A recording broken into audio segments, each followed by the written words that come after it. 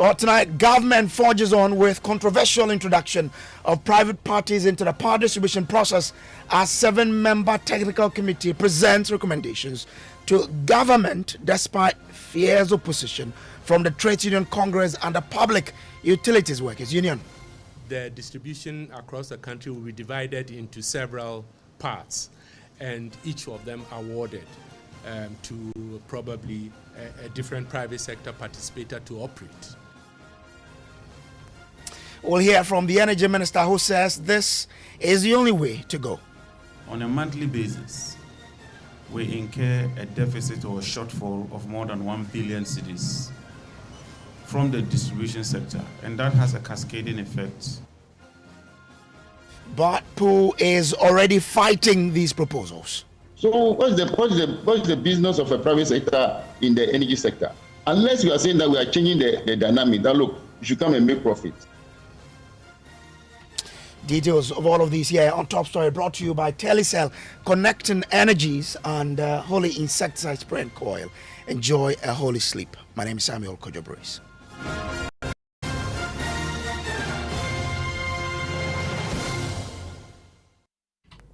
Well, tonight the government pushes forward with its plan to introduce private entities into Ghana's power distribution sector, despite strong opposition from the Trades Union Congress and the Public Utilities Workers Union, POO.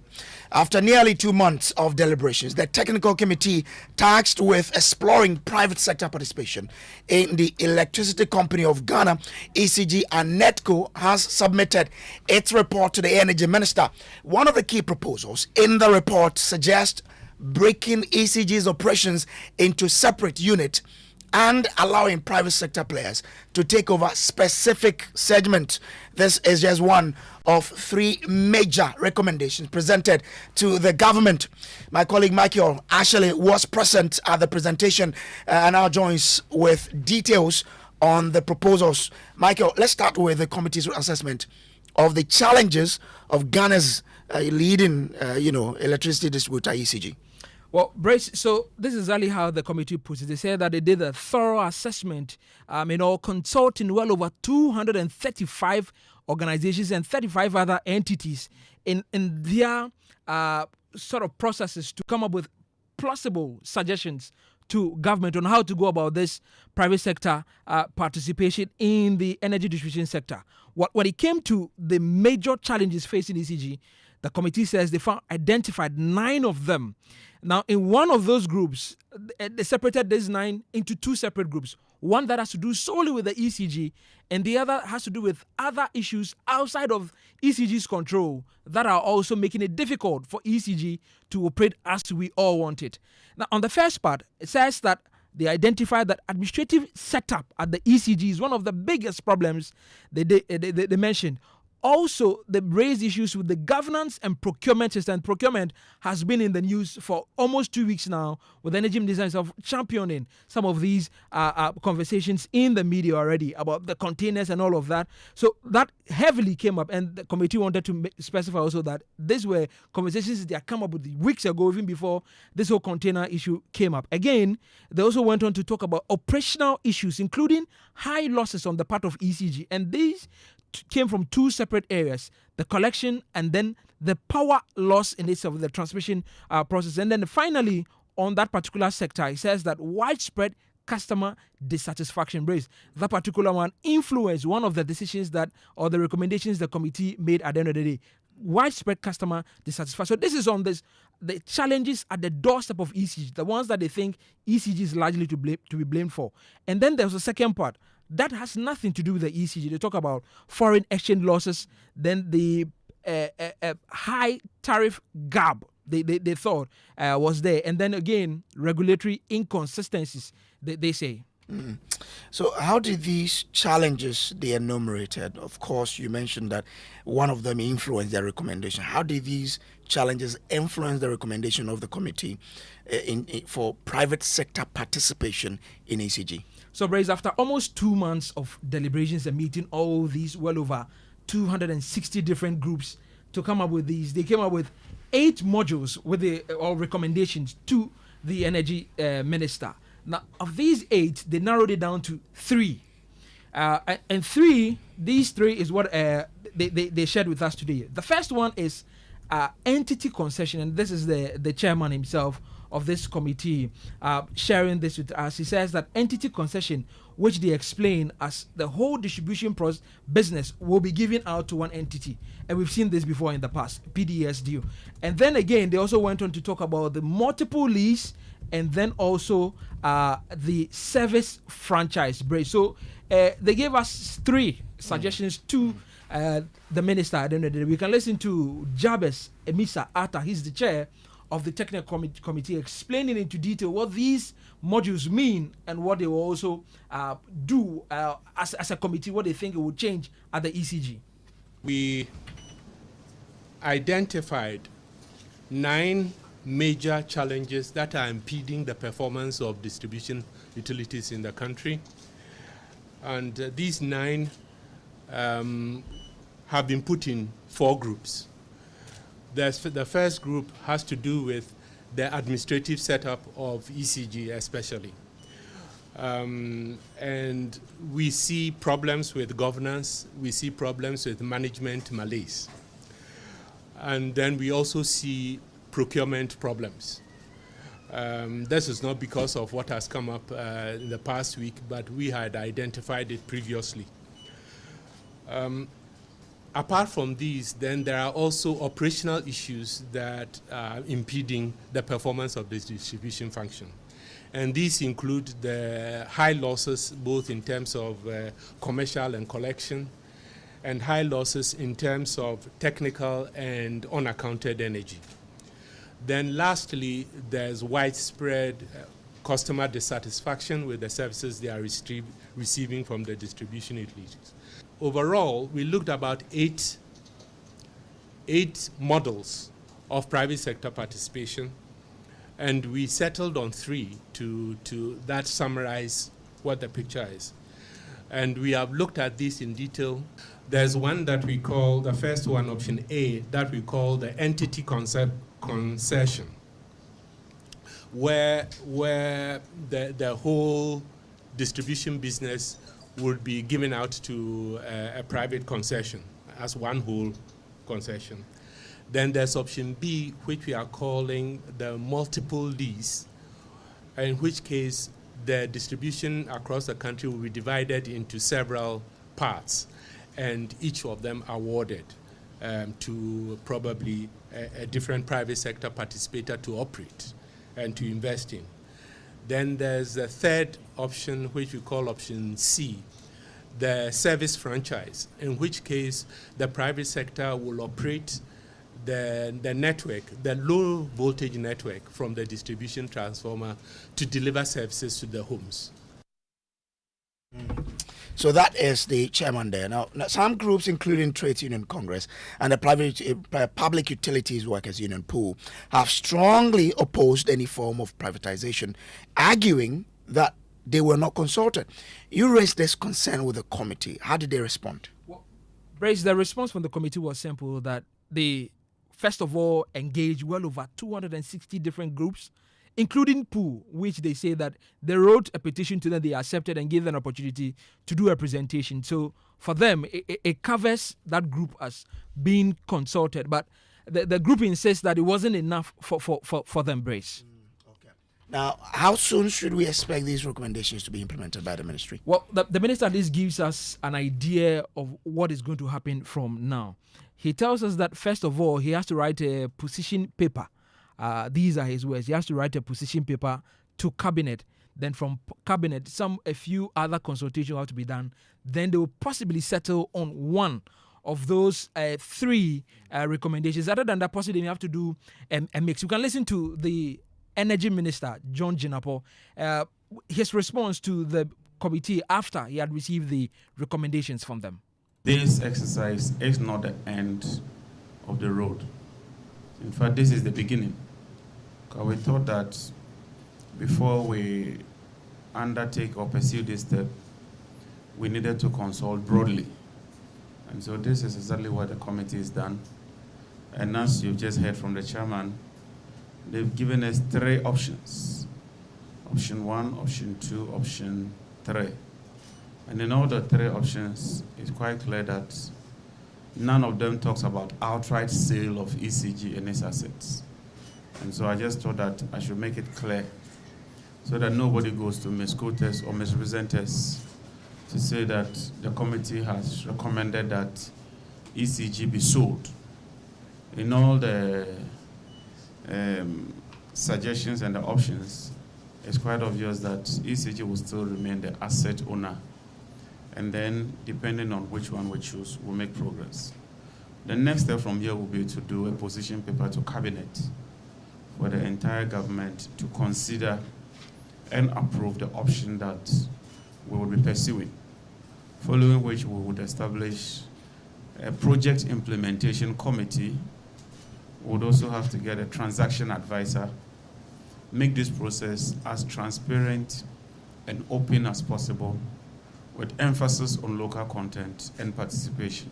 On a monthly basis, we incur a deficit or a shortfall of more than 1 billion cedis from the distribution sector, and that has a cascading effect on the rest of the power sector players. And so clearly, something must be done.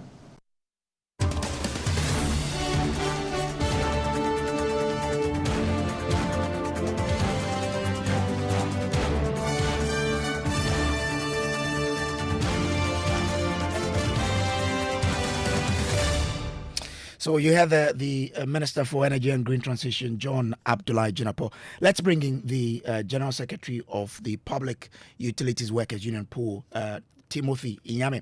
Grateful to you, sir, for joining here. You say that you were not consulted, but the committee says they gave you the opportunity for you to make presentation to them. That's a consultation they're talking about. Yes, so we made a presentation to them, and they gave us another opportunity to come and explain our position paper that we presented. After which they promised engaging us, coming out from engaging us with the report, outcome of their finding and their recommendation. So they did that via Zoom. After which we demanded the copies of their presentation. Interestingly, the chairman promised to give us the presentation, but 3 weeks down the line, it has not come. Only for us to be informed that they are presenting the document to the minister. So we were not informed after the presentation was made. But this consultation was to make your position known, and you already got that to the committee through the presentation you did, no? Fine, but I thought they said they were making consultation. So when they were making consultation, and don't forget that PUWU and for that matter the ECG workers are the major stakeholder in the value chain, and just also don't forget that these are a range of technocrats in the industry who can give you the know-how and giving advice on how effectively to manage the entity. And when we presented the document, TUC and pool, in fact, I saw the chairman and the members actually ask questions, and sufficient information was given to them. And we were moving in that angle of mutual trust.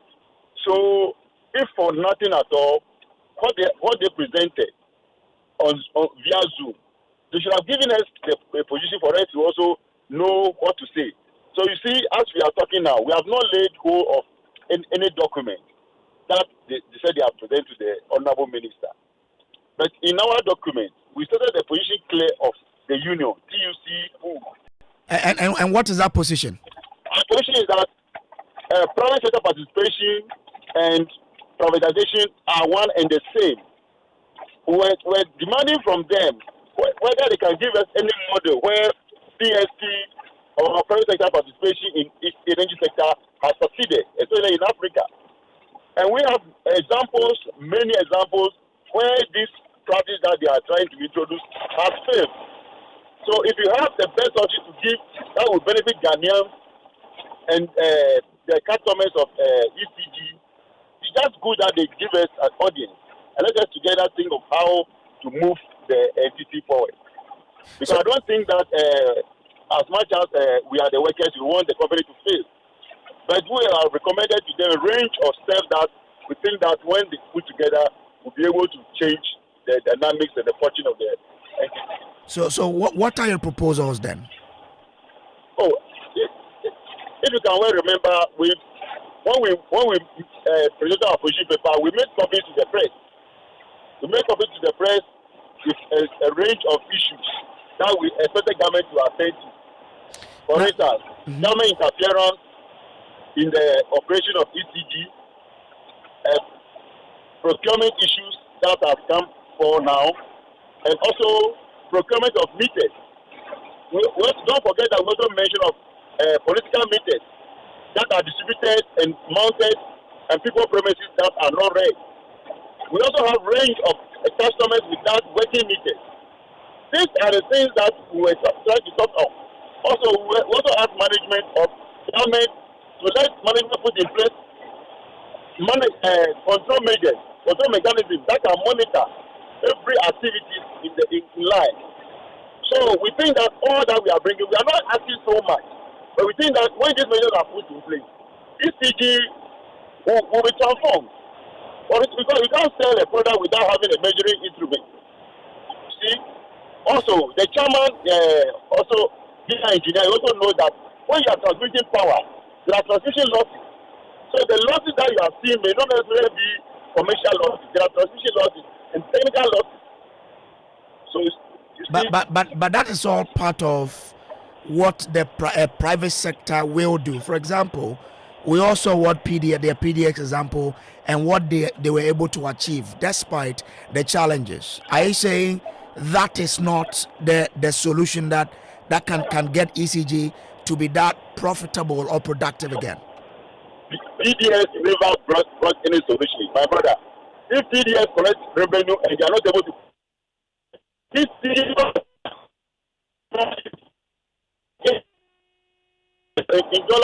dollar terms. So you collect the CDs, you go and change the money into dollars and pay the IPP. We have also recommended that the conditions surrounding IPP should be changed. That it should be made to pay in Ghana cedi. Also, they should review the terms of payment. The take or pay does not help anybody in the nation. So these are some of the petty issues that we think government, when they give audience to the union, and for that matter, workers of ECG, things to be streamlined. Okay. Now, the committee gave 3 recommendations to the ministry. Entity concession, where they say the whole distribution business can be given to one entity to run.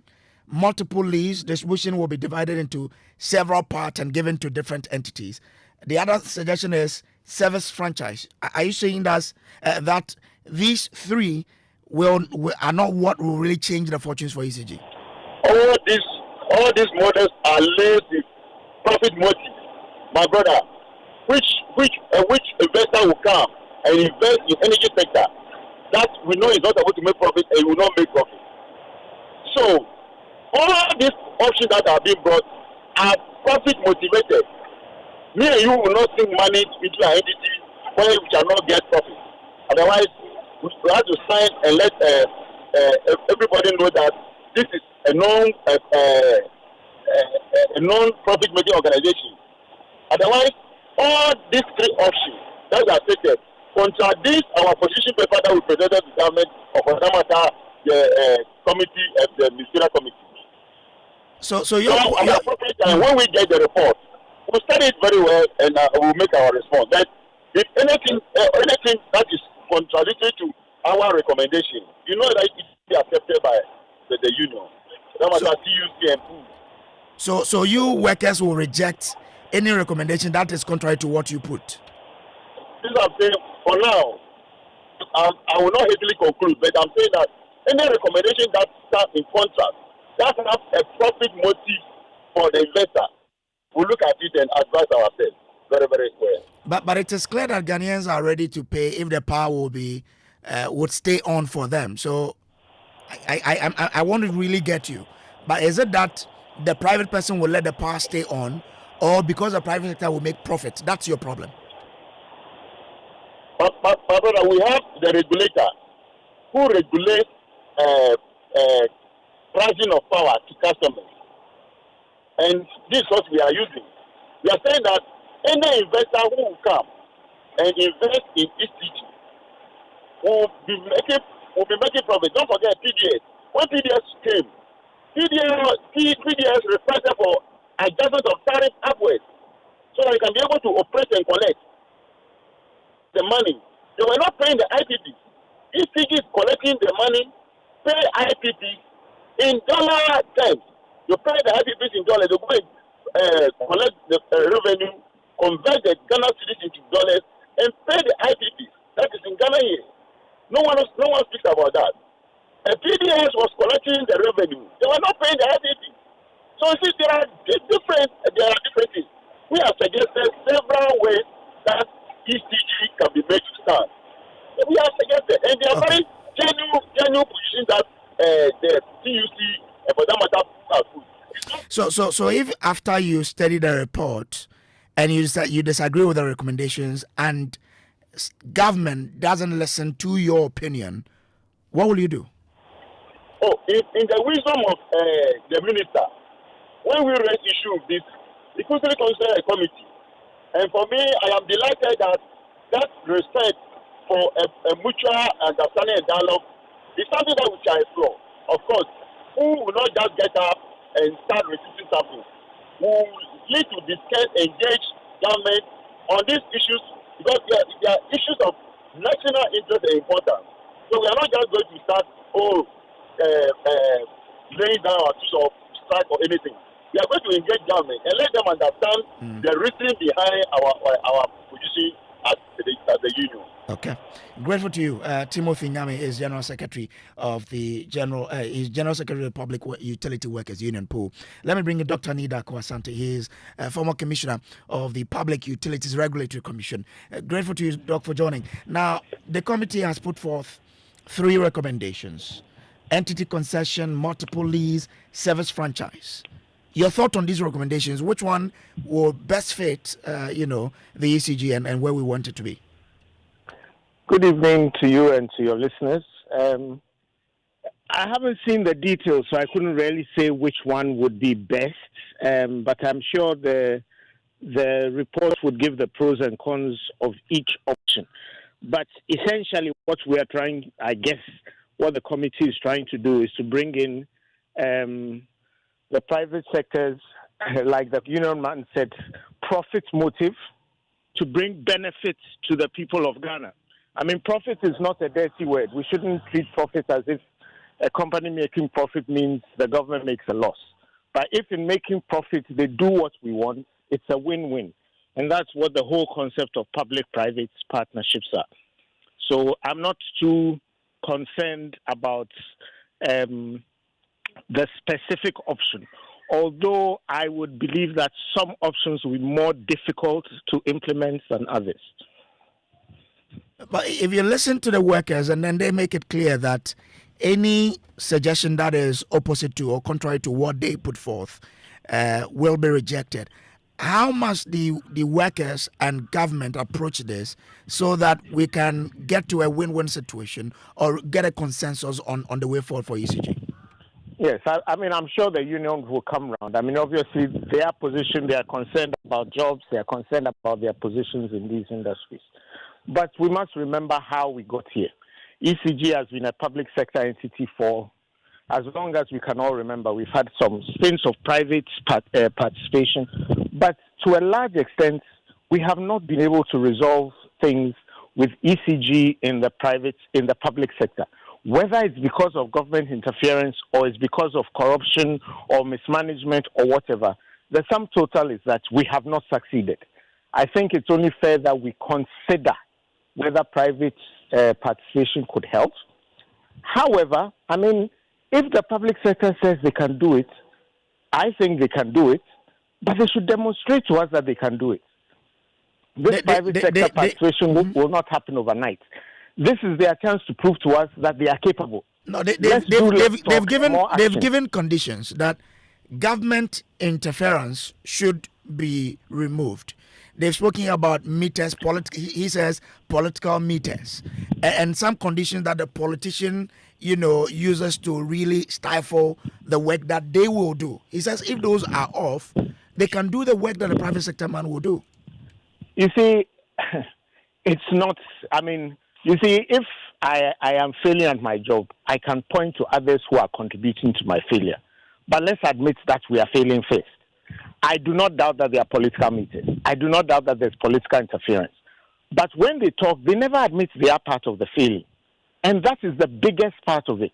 We all know there are places where people don't pay their bills, whether it is staff who connect them illegally, whether it is staff who should be checking who don't check. People have issues. They complain that my meter is not recording, I'm getting power. We've heard even on Joy FM people complaining. These things are also happening. But whenever government starts to say privatization, then they point to the failings of government.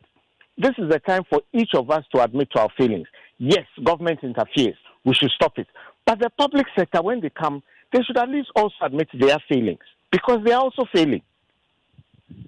But as we explore the option of a private participation, why don't we explore the option of getting the politicians out and giving them a chance to prove, after which we take a firm decision? So I agree. We should get the politicians out. What, do we sack the president? Do we sack the minister? We have to be practical about it. The reality is that government interference is a function of government having the power to intervene. It requires a strong public sector who will reject the interference of the minister. Are they prepared to put their jobs on the line, and when the minister interferes, say no, and come to Joy FM and say the minister is the one doing this? If you are not prepared to do it, don't blame the minister. Don't blame the president. Don't blame the MP. It requires robust standing your ground. And some of us believe that in this environment, maybe that is not possible. As for government and politicians, they will interfere unless we take them out. We cannot take them out. So if we cannot take them out and the public sector cannot withstand it, then what are we left with? Isn't it privatization? I'm grateful to you, Dr. Nida Kwasante, for joining us with your thought here. This has been Top Story on Joy 99.7 FM. My name is Samuel Kojo. It was brought to you by Telecel, connecting energies, clean insecticide spray and coil. Enjoy holy sleep. Up next is Newsnight.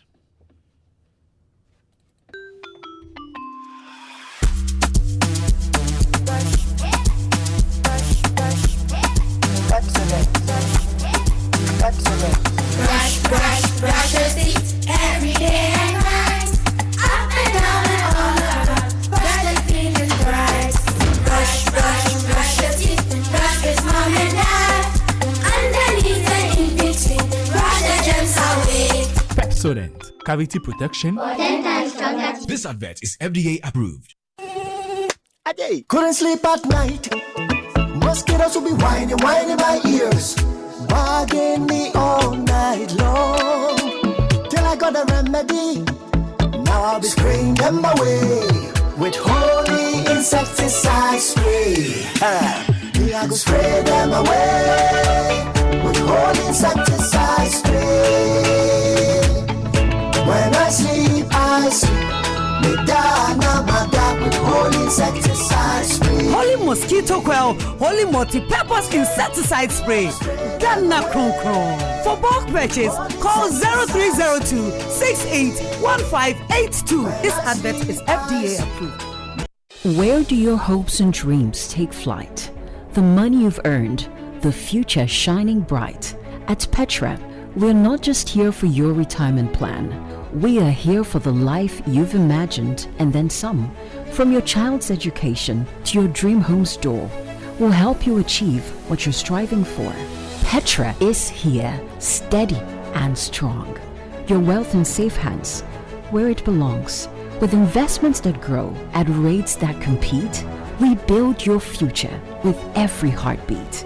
That's Petra, your partner. Come joy or strife, guiding you toward the dreams that define your life. For your pensions, investments, loans, and more, visit our website at petraonline.com or dial *447 *70#. Petra, achieve more.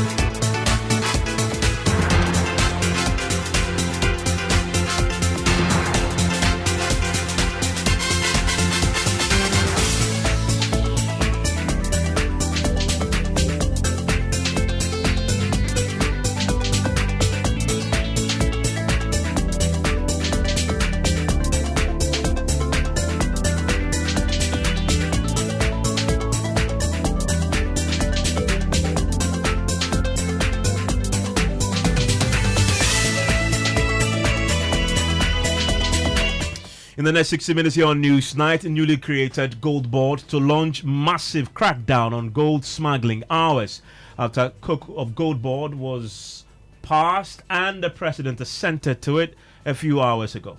If they are under reasonable suspicion that you are dealing in gold illegally, they can search. And if they have cause to believe that you are engaged in illegal gold trading or smuggling, they can seize your gold, they can impound, they can confiscate.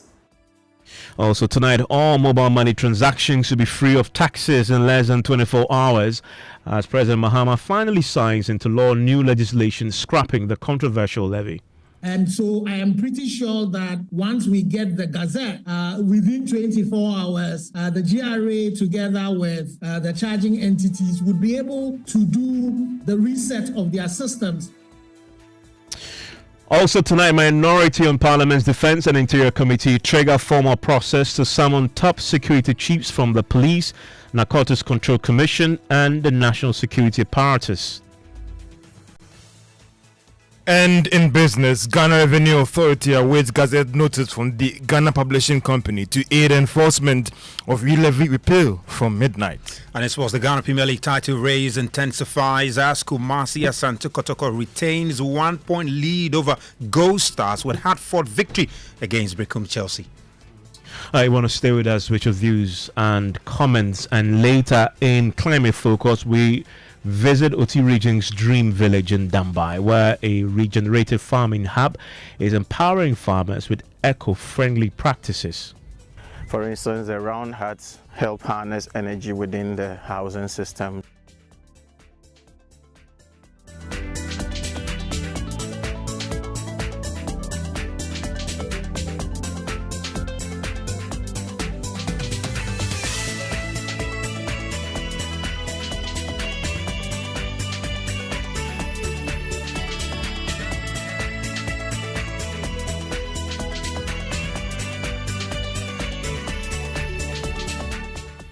And we start tonight from the Jubilee House, where the president has been busy signing a raft of legislations into law. One of them is the Gold Board Bill, and it's now set to launch a massive crackdown on gold smuggling as a new entity commences its work in earnest. The president just signed the Gold Board Bill into law. The Precious Minerals Marketing Company is now formally the Gold Board. The bill, which was passed last week by Parliament, is expected to establish a regulatory body to oversee gold transactions in the country and also accumulate foreign exchange to stabilize the city.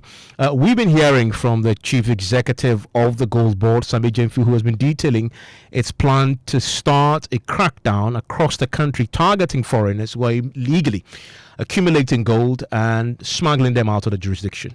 Maybe I would say 3 or 4 solutions to smuggling. Setting up the Gold Board is one, because once we have set up the Gold Board, the main smugglers, they know themselves. They are Ghanaians, but the majority of them are foreigners. Now, no foreigner will be given a license to go and buy gold. So hitherto, foreigners have a license from PMMC and the ministry. They are buying the gold to smuggle, but when you cut them, they say, hey, we have a license. Now, no Indian, no Chinese, no foreigner will be given a license by the gold board. We are sanitizing. So all existing licenses will be revoked. If you're a foreigner and you want gold, you apply to the gold board. The gold board has an arrangement with you. You bring money. We give the money to Ghanaian citizens who are licensed. They buy the gold for the gold board. We'll ship the gold to you. It's as simple as that. We will not give money to a foreigner to go and buy gold for us. Ghanaians can buy for us. That's number one. So when you have this structure system and you take out all these people, it helps. Number two, because you have gold board, you are able to know those who are licensed and go after those who are not licensed, who are dealing in the trade. Then number three, the price that you are giving the miners and the traders must be fair and competitive. If it is unfair, chances are that they would want. You made the point. You said you set the price with them. So we are setting the price with them to make sure that there's a win-win, competitive, fair price. You get my point? So that is another thing. Then the next one is enforcement. Well, the Ghana Gold Board will now have inspectors who will have the power to confiscate gold from persons suspected to be engaged in gold smuggling. We are not enforcing the law on gold smuggling. And we don't know the agency that is dedicated to the fight against gold smuggling. We are not. We've left it to the normal security agencies. We are not. But now you're going to see in this bill special powers given the gold board. Such as the right to appoint inspectors, gold board inspectors, who have the same powers as police officers, who have powers to come to your office if they are under reasonable suspicion that you are dealing in gold illegally. They can search, they can ask for documents, and if they have cause to believe that you are engaged in illegal gold trading or smuggling, they can seize your gold, they can impound, they can confiscate, okay? They can go to court for search warrants. They by can themselves. Go for they by themselves. So the Attorney General is ceding part of his powers to that special inspector. Exactly. Then with the gold board can maintain a task force in collaboration with other security agencies, and we are going to do that with national security. The Ministry of Interior, the Ministry of Defense are all going to be involved. This is going to be special, and we know the rules. We know those involved in the smuggling and all that. We know. And you trust me, you will see what will happen. Let the bill be passed and let the president assent it. You can't totally eliminate them, but you will see for the first time gold smugglers being arrested, their gold being seized, and they being taken to court, prosecuted, and some being convicted. Well, you must be a licensed gold dealer with the gold board to be in a position to buy gold in this country, and the gold board will be the only entity mandated to do so and export it. We're now learning from the gold board, now that it has become law and they're beginning implementation, that the gold board will immediately be buying gold from small scale miners, but they will do so at a discount. How will that work exactly? Listen to Sami Jemfi. If somebody pre-finances a miner to mine, he will buy their gold today in Ghana at 10% discount or more. Some even buy at 15% discount. So you because say he's pre-financing the miner. Finance. Yeah, he's pre-financing the miner because he's giving him equipment. If you give them environmentally friendly equipment for them, these are licensed miners, regulated, okay, for them to mine in a way that even mitigates the impact on the environment, the negative impact of the activities on the environment, the state can buy the gold at 15% discount or 12% discount or 10% discount. Everybody involved. Because you have skin in the game. So sort of exactly. So you get a benefit of that. And that on gold is millions of dollars. But question. Big profit. Hold on. If I'm a miner and international price of gold, an ounce right now is just over $3,000, why am I going to sell it to you less than that, even if you're pre-financing it? Yeah, because if you don't pre-finance me, I can't produce the gold. So if you pre-finance me, you are giving me capital to produce the gold, and therefore I must pay you back with a discount. So we, through stakeholder engagements with the miners, have agreed that together with the miners and the traders, we will have a body that will set the price. Okay. So we know that and this is the cost. And the gold board will be the entity. Yeah, so we need, this is the cost of gold board. This is the cost of miners. What price is fair? That also ensures that the gold board makes some profit for the state, and those involved in the trade also make profit. You know, that is why they are. I want to bring in right now Abdul Razak Hassan. Is a communications director of the Association of Small Scale Miners.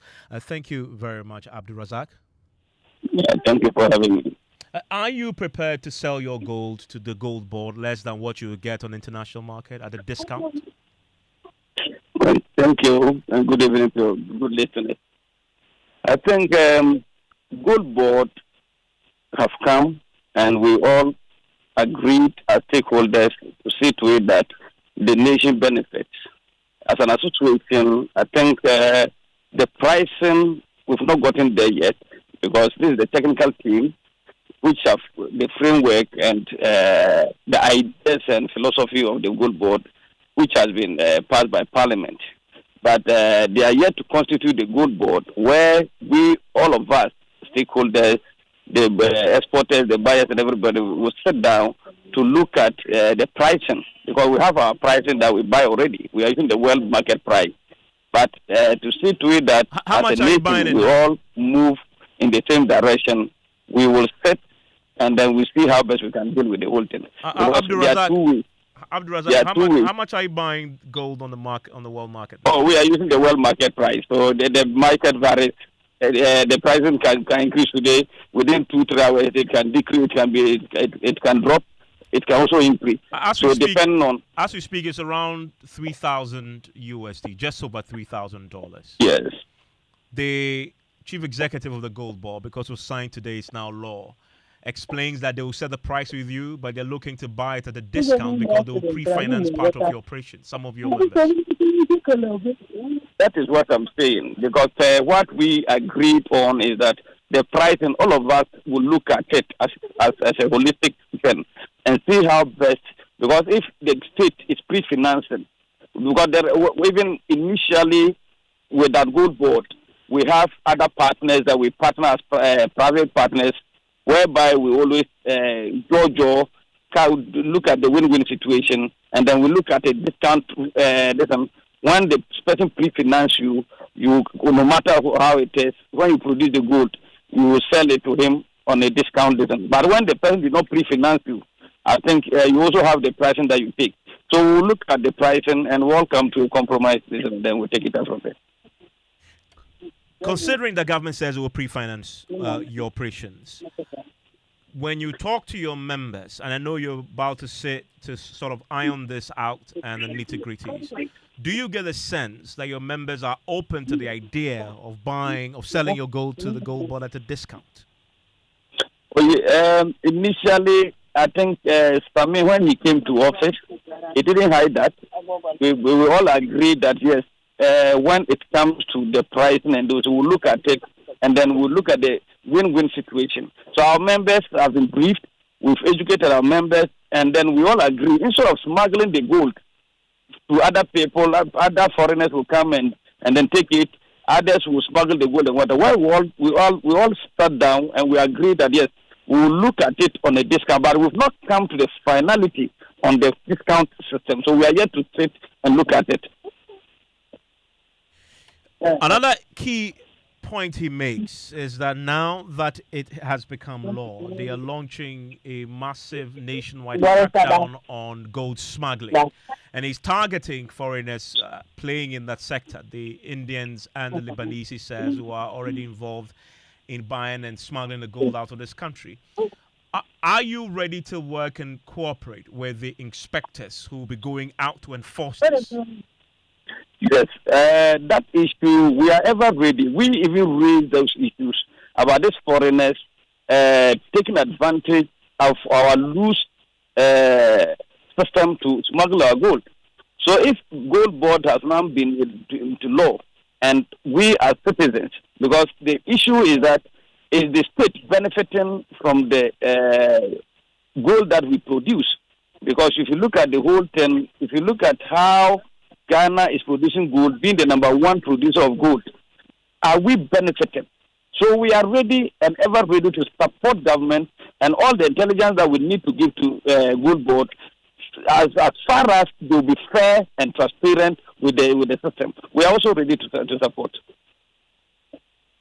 Thank you very much. And that there is the spokesperson for the Small Scale Miners Association. I want to hear your thoughts on this as Sami Jemfi and the Gold Board swings into action on the back of the president's assent to the Gold Board bill today. Now, talking about the president's actions today, in less than 24 hours, all mobile money transactions will be free of all taxes. That's because President John Mahama today finally signed into law the new legislation that scraps a controversial e-levy.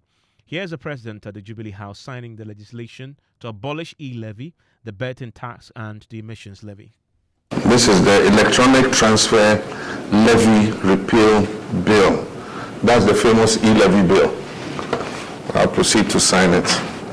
Okay, I've just given assent to the repeal of the famous e-levy bill. Now, this is the Income Tax Amendment Bill 2025 to remove withholding tax on winnings from lottery, betting, and games of chance. This is the famous betting tax repeal bill. And so I'll assent to it, 2nd April 2025. So betting tax is gone.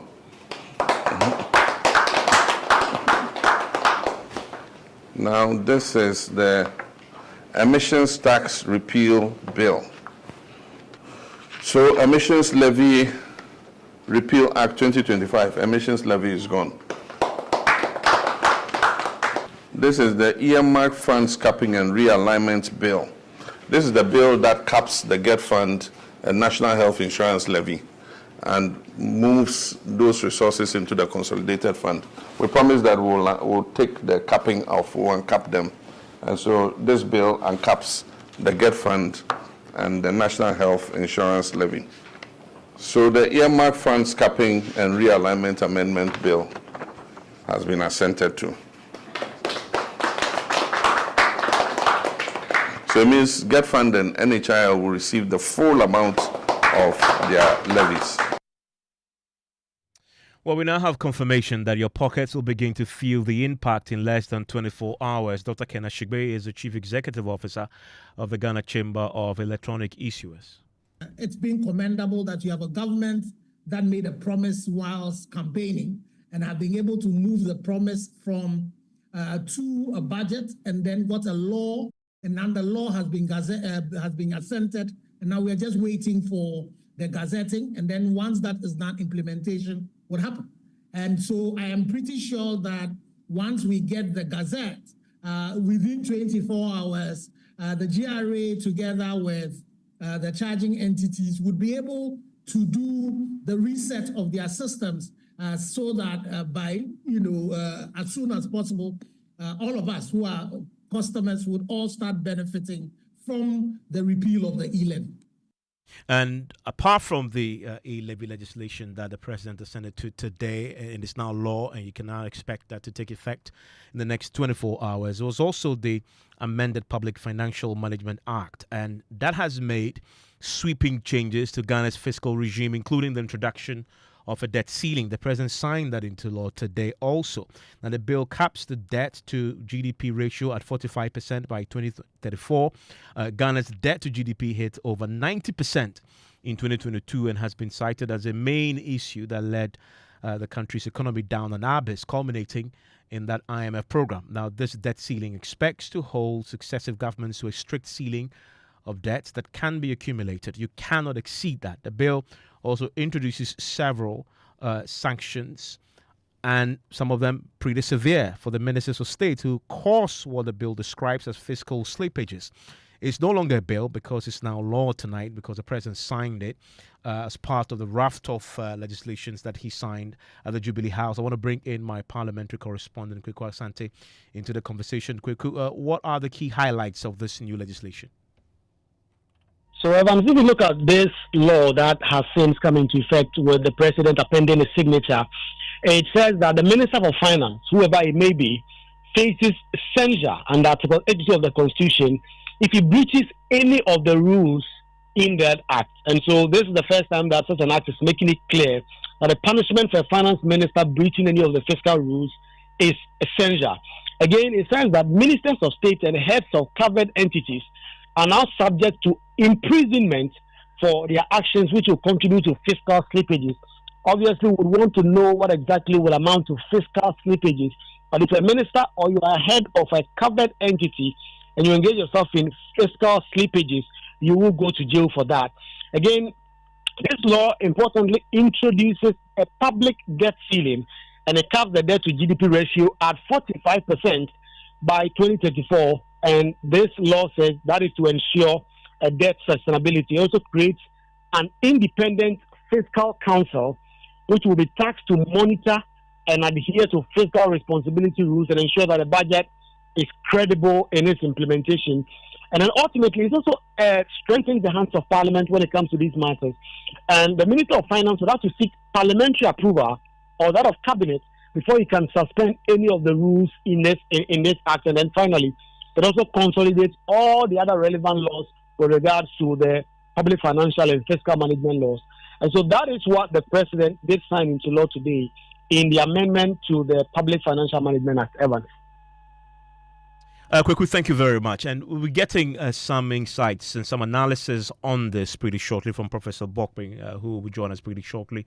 If you're just joining us tonight, the President has signed into law a raft of legislations, including the scrapping of the e-levy. We also know that the Gold Board has not come into effect tonight, and already we're hearing from the Chief Executive Officer of the Gold Board, who has been telling us that they are launching right now a crackdown across the country to deal with gold smuggling, targeting foreigners who are illegally purchasing gold and smuggling them out of the country. We are also now talking about another piece of legislation that the President signed into law today. The amended Public Financial Management Act has now been signed into law, and the finance ministers will now have a debt ceiling. If they exceed that, they will face severe sanctions. I want to bring in Professor Godfrey Bokping, Professor of Finance, joins us on the line right now on this. Prof, thanks for your time here on Newsnight. Give me your reaction to this. I mean, we've seen governments attempt this before, but is the discipline, is it not, of politicians to stick to these rules? It's been written into law, but it's one thing doing that and a whole different thing complying and implementing it, is it not? Hello? Prof, can you hear me? Yes. The line is breaking. Is it better? Yeah, okay, it's better now. Give me your quick thoughts on this amended Public Financial Management Act and the debt ceiling it's placing on governments and the discipline that it will require of our politicians and our political leaders to comply with this. It's one thing writing into law, a whole different conversation when it comes to implementation. Yeah, thank you very much. I mean, you put it rightly. Look, we have many of these laws that were observed in breach rather than in compliance. So the mere setting of debt rule limits without appropriate reporting and accounting system that captures all triggers of debt formation will not necessarily inure to our benefit. Let me give you an example. In Nigeria, they have a debt limit rule of 40% of GDP. That is set in law. But in Nigeria in 2022, just as Ghana was going through our own crisis, even though their debt to GDP ratio was 40% consistent with the law, their debt servicing to revenue was almost 100%. Because of the off-balance sheet arrangements that enable them to accumulate debt without going through the central debt accounting system. That is the issue that we have to look at.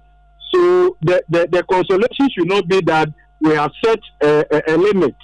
We will not exceed that. We have to make sure that there's greater disclosure and transparency around debt accounting, public accounting, consistent with the IFSAS, International Public Standards, and then also enforce the compliance.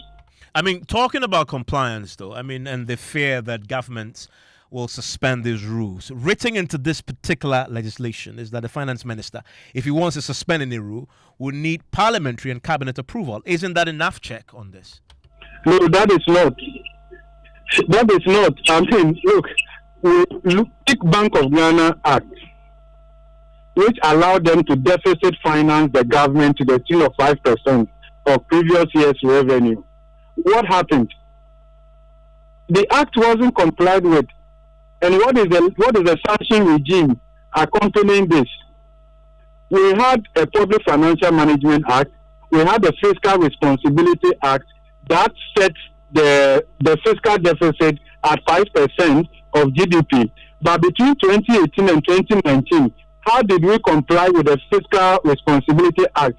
We did so by treating the energy sector indebtedness and the financial sector cleanup as below the line of off balance sheet, so that we could comply with the act.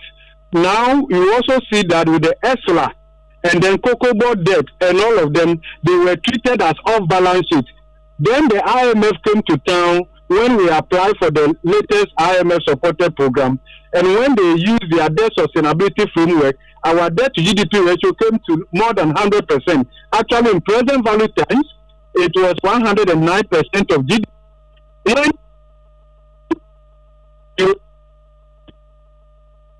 our public debt was actually less than 80%.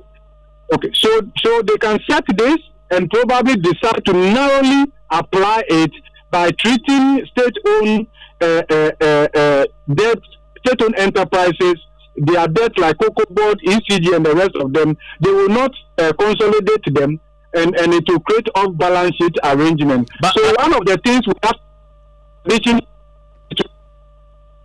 accounting methodology that disclose.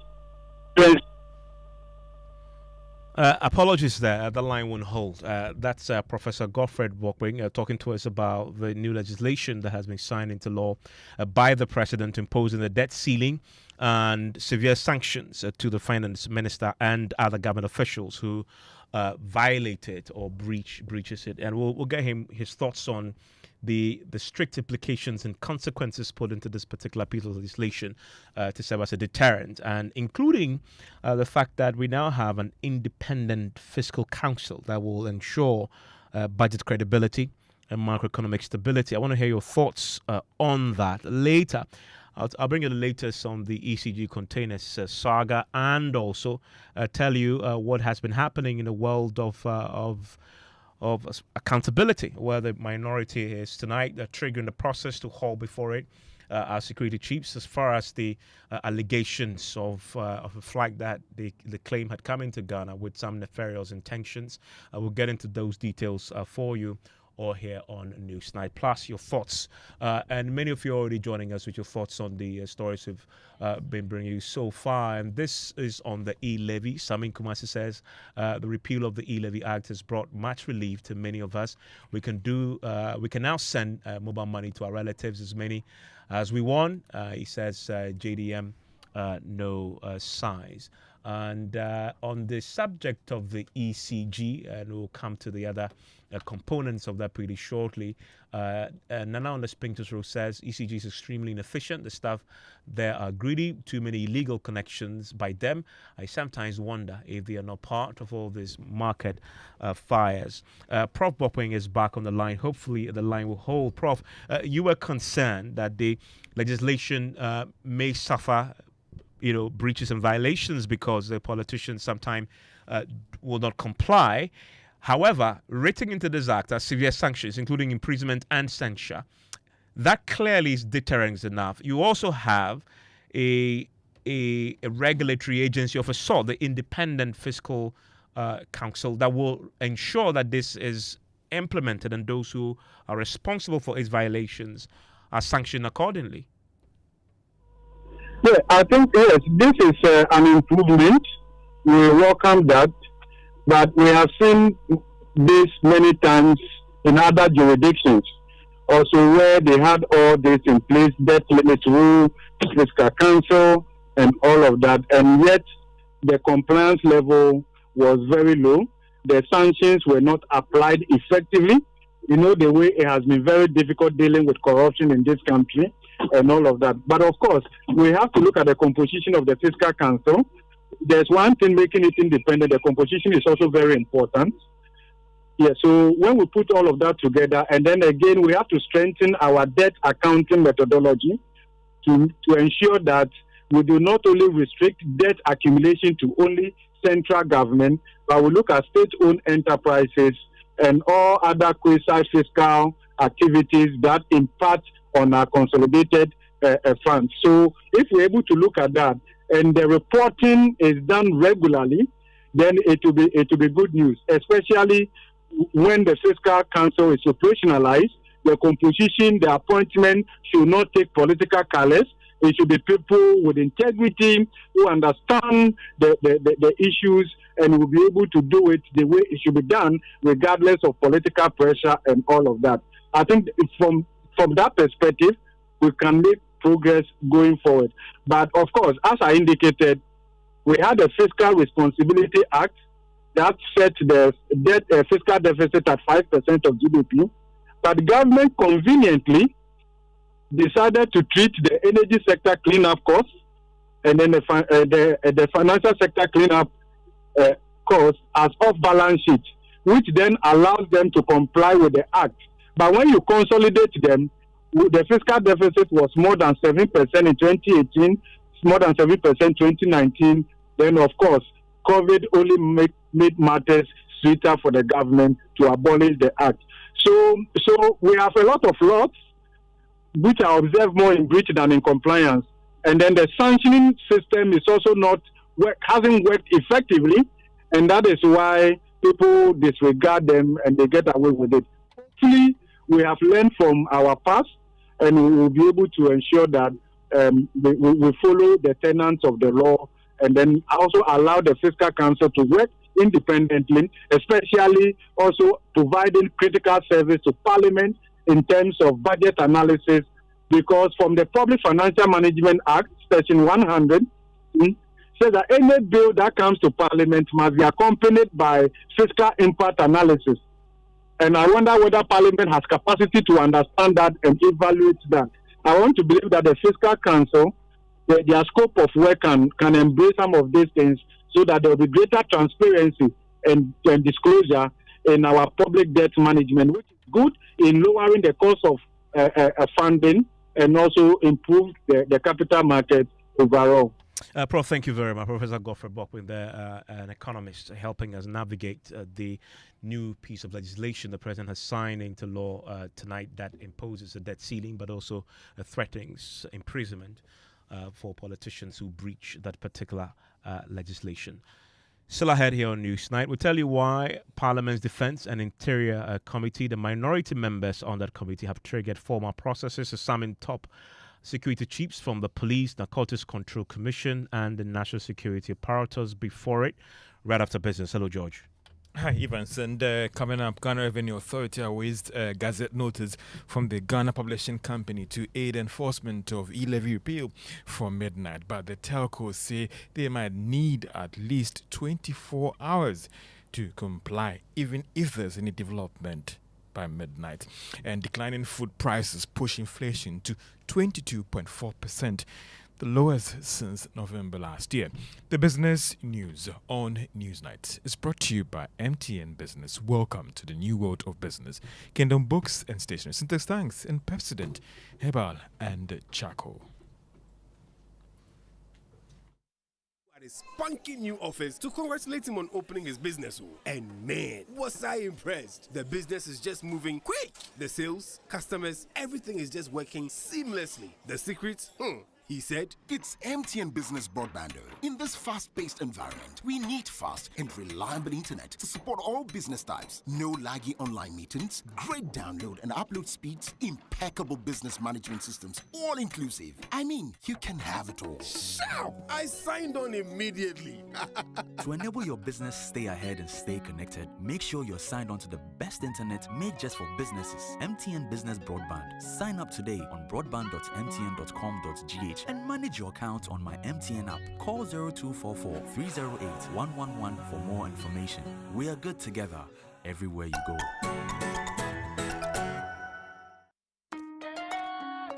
Son, we are so proud of you for setting up this hospital. I really love those hospital beds and waiting chairs. By the way, did you import them? No, Dad, I didn't. I actually got them from Kindle Books and Stationery right here in Ghana. Wow. We also bought our office supplies, safes, executive desks and chairs from Kingdom, and they gave us expert advice on how to set up our office. Guys, that makes 3 of us. I also got our sofa and bedroom sets, plus our dining hall furniture for our new home from Kingdom. Wow, Mom, that makes 4 of us. I usually get my stationery items from Kingdom, and my teacher also mentioned that our classroom furniture was provided by Kingdom. So there you have it. Whenever you're thinking about setting up an office or acquiring furniture for your home, etc., Kingdom Books and Stationery should be your first point of call. With over 40 years experience in the industry, we stock and supply a wide variety of globally sourced office and home furniture, stationery and equipment. Visit our head office, Osu Akwaje, or our office near the Osu Stadium. We're also in Tema Community 1, opposite Olam SHS, Kumasi KNUST campus, UCC Cape Coast, and now at the Marina Mall, Airport City. Or call us 0302 764101, 764209, or 762792. Visit our website www.kingdomgh.com.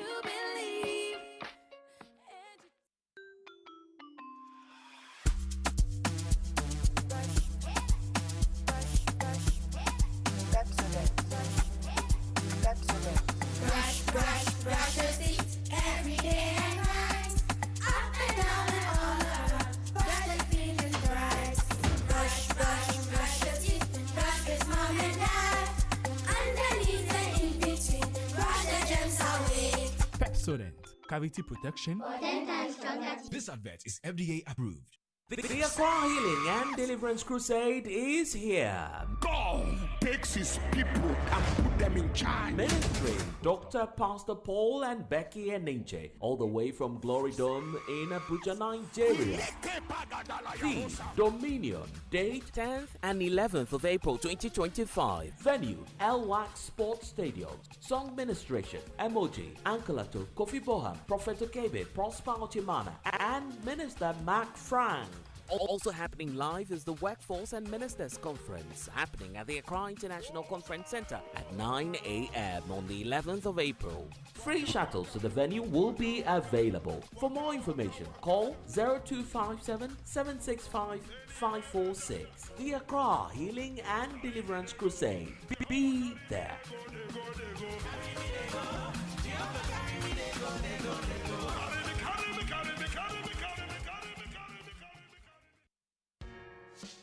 MNC Group is a leading investment holding company with expertise in mineral and food commodities trading, precious metal refinery, real estate development, logistics, and energy.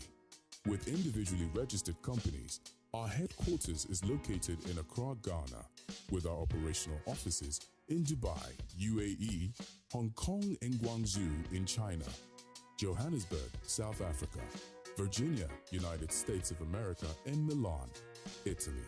We connect business markets and drive growth. Trust us to maximize value in every deal. Call us on 030-255-1917 or 030-255-1918. Send us an email at mncgroup@mncgroupgh.com. MNC Group, totally reliant. You're welcome back to Business on Newsnight. And the Ghana Revenue Authority is waiting for the Gazette notice from the Ghana Publishing Company to aid the enforcement of the electronic transfer levy by midnight. Now, this is what we have picked up from persons that are working on repealing the levy. There is more in this report. That despite President John Mahama signing the e-levy, it still cannot be described as legal unless it is gazetted by the Ghana Publishing Company.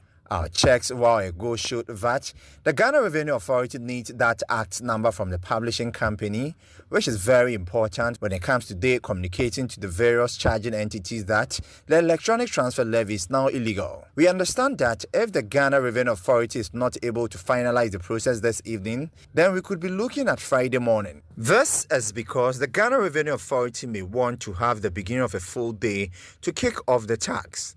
The Ghana Revenue Authority is not only working on the e-levy, but other tax items that were signed today. One can talk about the betting tax, emission levy, and the value-added tax amendment bill. And that is a business desk report. Meanwhile, the telecoms chamber is insisting that it needs at least 24 hours before it can fully comply, irrespective of what happens today. Let's hear from Kenashibe. He speaks for the mobile money operators. So yes, so the process of the lawmaking would end with the gazetting. And once the law is made, you need to take practical steps to give effect to the law. And again, because it is systems that are involved, you would have to then do the changes, the recalibration of your systems as quickly as possible. So you notice that when e-levy itself was passed, when e-levy itself was passed, it took a while for the gazetting to be done. Kanashigbe, Chief Executive of the Telecoms Chamber. Let's hear from another major player in the industry, Stephen Blowett. He is the Chief Executive of MTN Ghana, speaking about this development.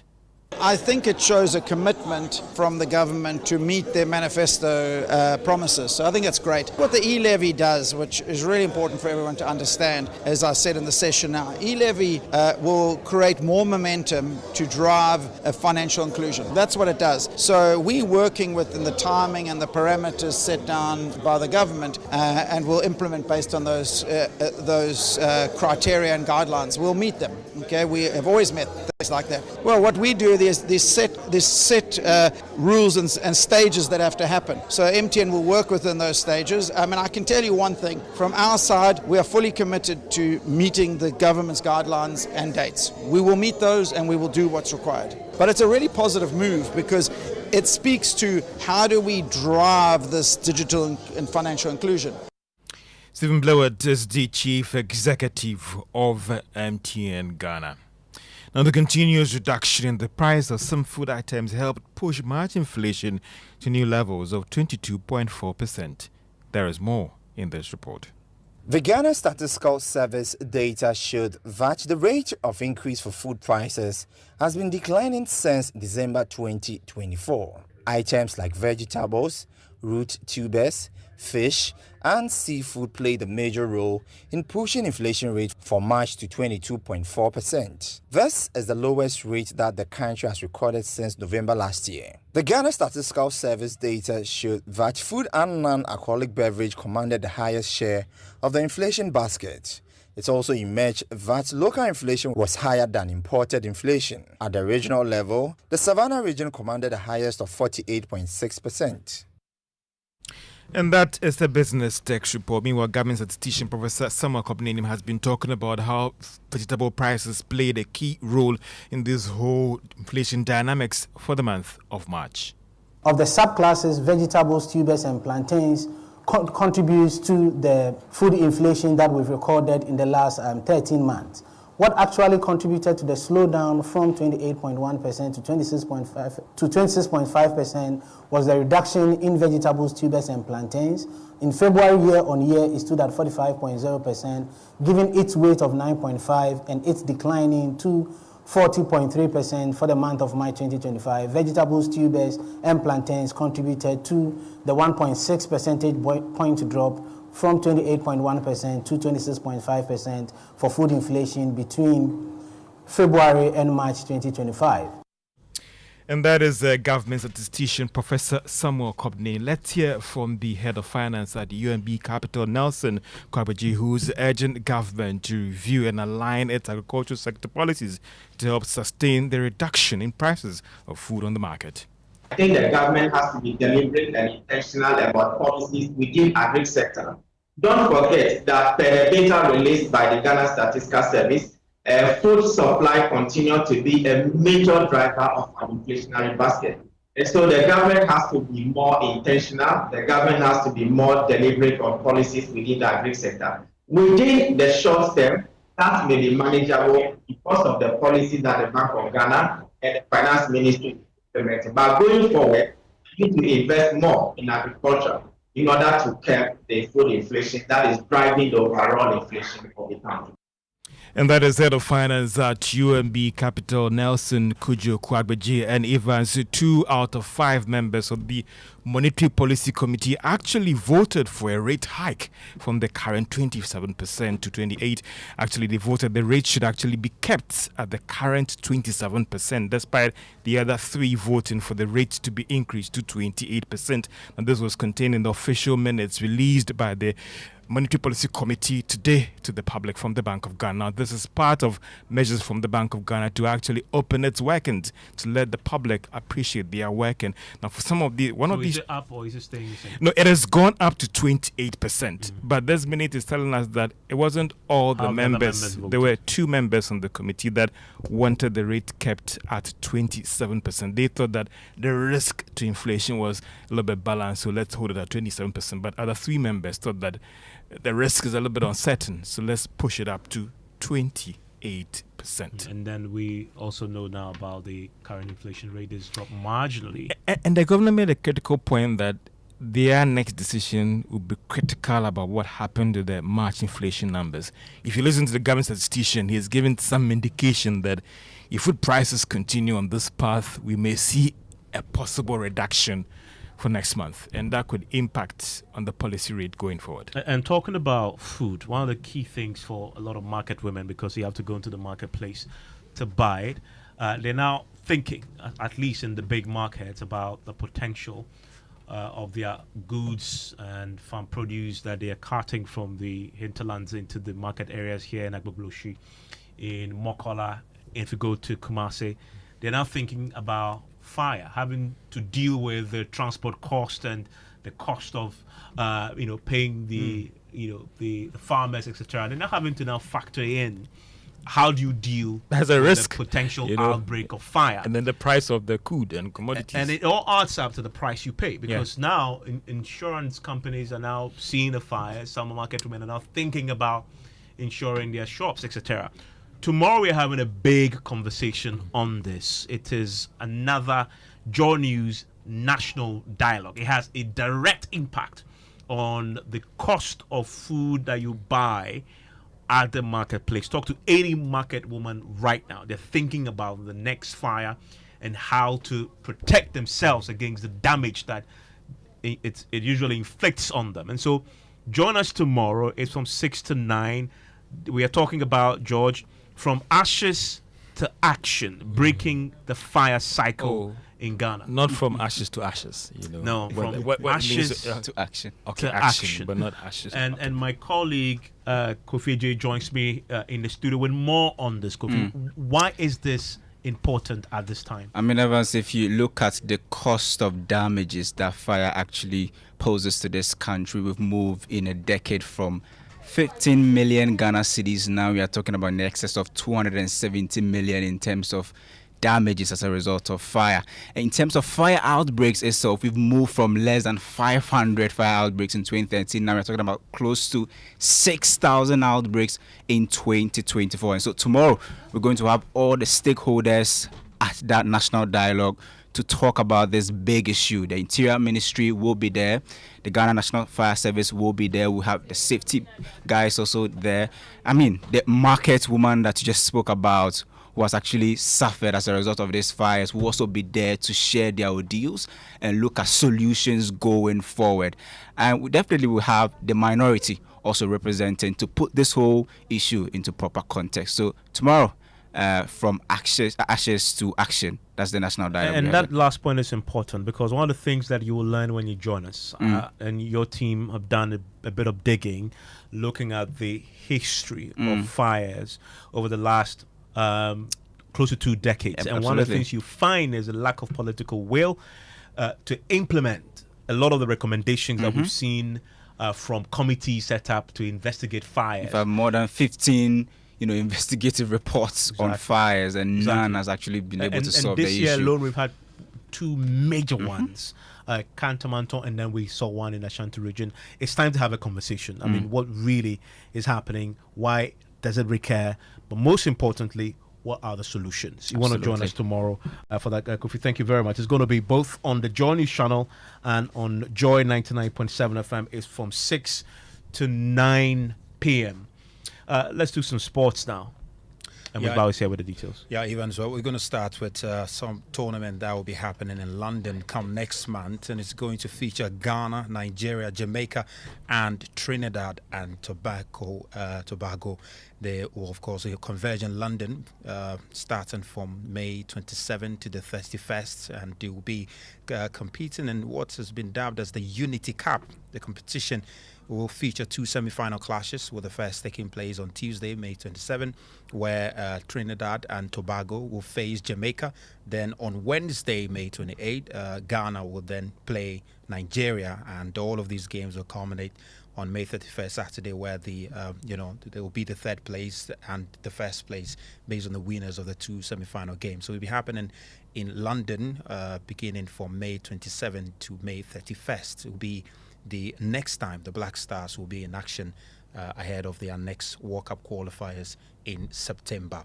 Now, away from that, to the Ghana Premier League, and Kumasi Asante Kotoko maintained their position at the top of the table with a hard-fought 1-0 victory over Brecum Chelsea earlier this afternoon. It was a moment of brilliance from defender Daniel Ajete, whose powerful strike from outside the box in the 79th minute that secured the win for the Porcupine Warriors, and they have now extended their unbeaten run to 6 league games, having secured back-to-back victories.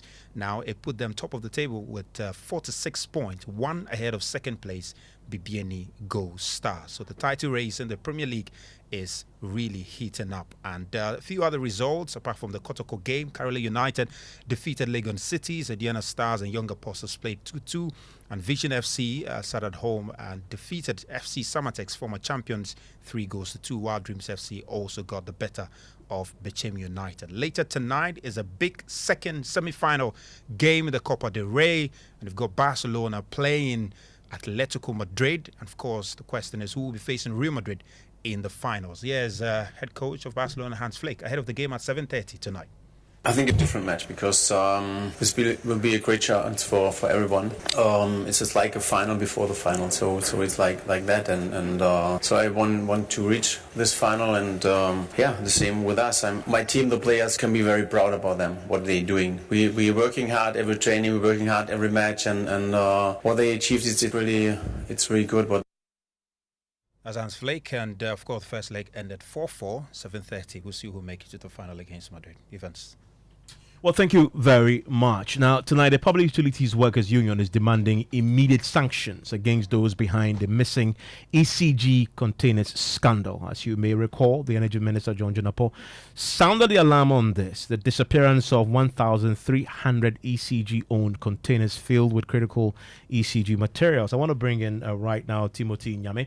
He's the General Secretary of the Public Utilities Workers Union, joins us on the line right now. Timothy, I'm grateful for your time here on Newsline, and pretty quickly on this subject. The suggestion is that some of your members at ECG connived with custom officials and others to sell off these containers. What do you know? One greeting to your listeners. I thank you very much for the opportunity you give it to me. I'm sure it is related to the first statement we issued. Yes. So we're also surprised to hear the containers that the union have been complaining to stop management being stuck at the port and attaching to mortgage has been diverted, reportedly. So from what we are hearing, it's just good that we also call on Honorable Minister for the sector to actually follow the issue clearly and bring the perpetrators to court, or anybody who be found culpable. Even if they are your members, and the suggestion is that some of your members are involved in this. So, as we be aware, who does not condone wrongdoing? We are all stakeholders who may want to ensure that ECG operates as a public utility entity to provide reliable power to customers. So, materials that have been ordered, I'm sure they are expected to be used for customer service or decision network. So if those things have been brought and they are not being put to use and others are taking it. Timothy Nyame is the General Secretary of the Public Utilities Workers Union. In Dambai, a man has built a dream village, a sustainable farm and training center to nurture future climate activists, equipped with eco-friendly housing, solar power and rainwater harvesting. It trains farmers in regenerative agriculture. For our climate-focused series this week, Mahmoud Mohammed Nuruddin explores its impact. Clement Matumasin is overseeing the village garden while other workers engage in various tasks to maintain productivity.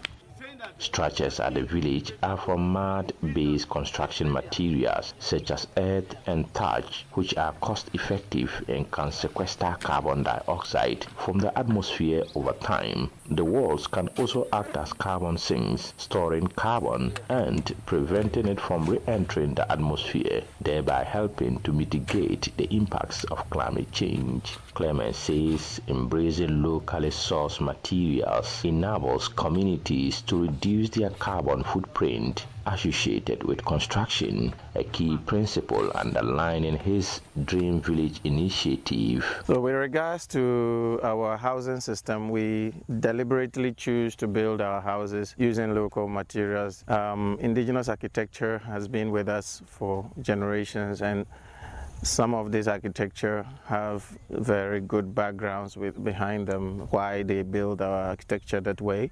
For instance, the round huts help harness energy within the housing system so that at least positive energy will keep staying within the housing.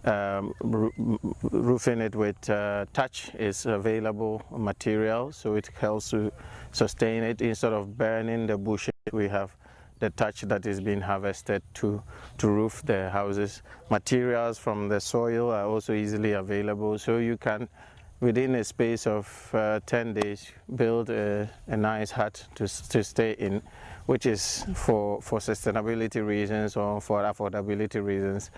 Climate Focus is brought to you by Joy News in partnership with Youth Bridge Foundation, bridging gaps for positive youth development, and the Climate Development Knowledge Network. And just before you go, I just want you to spend a second imagining going to school but not knowing where you will sit. For years, students at the Norso Anglican Basic School had to take turns learning because they did not have enough classrooms. Their main block, destroyed by a heavy downpour years ago, left them studying under makeshift structures. But that struggle is finally over, thanks to American rapper Ja Rule and NGO Pencils of Promise, who have stepped in to change your story. My colleague Jacqueline and Somayeboa has the rest of the story. What started as a promise has now become a reality. A 6-unit classroom block now stands where the rooms once were, bringing relief to students and teachers alike. The shift system is now a thing of the past, and for the first time in years, every child at Niaso Anglican Basic School can sit in the proper classroom without worrying about space or the weather. This school was chosen for this project to specifically end the shift system that existed in this school for years. For American rapper and singer Ja Rule, this isn't about fixing classrooms. It's about building dreams. He believes education goes beyond textbooks. Really excited and honored. There's a lot of emotions running right now. This is like one of the most, it's probably the most important thing that I've done in my career. Some kids, the classroom experience will be everything. And for some, those recreational experiences will be everything. But they go hand in hand. The two are synonymous, education and arts and sports. But of course, there's one question fans can't stop asking. Now that Ja Rule has invested in Ghanaian education, will he also invest in Ghana's music scene with the concert? His answer: soon. It's funny, I was supposed to come out here when I was here, I was going to do some concerts, but, politics happened, and so I'm just here to do so this. We should expect that soon? Soon, real soon. But this journey wasn't all smooth sailing. According to Freeman Goba, the country director of Pencils of Promise, the land itself was a challenge. So when you look at it, it's not a straight ground.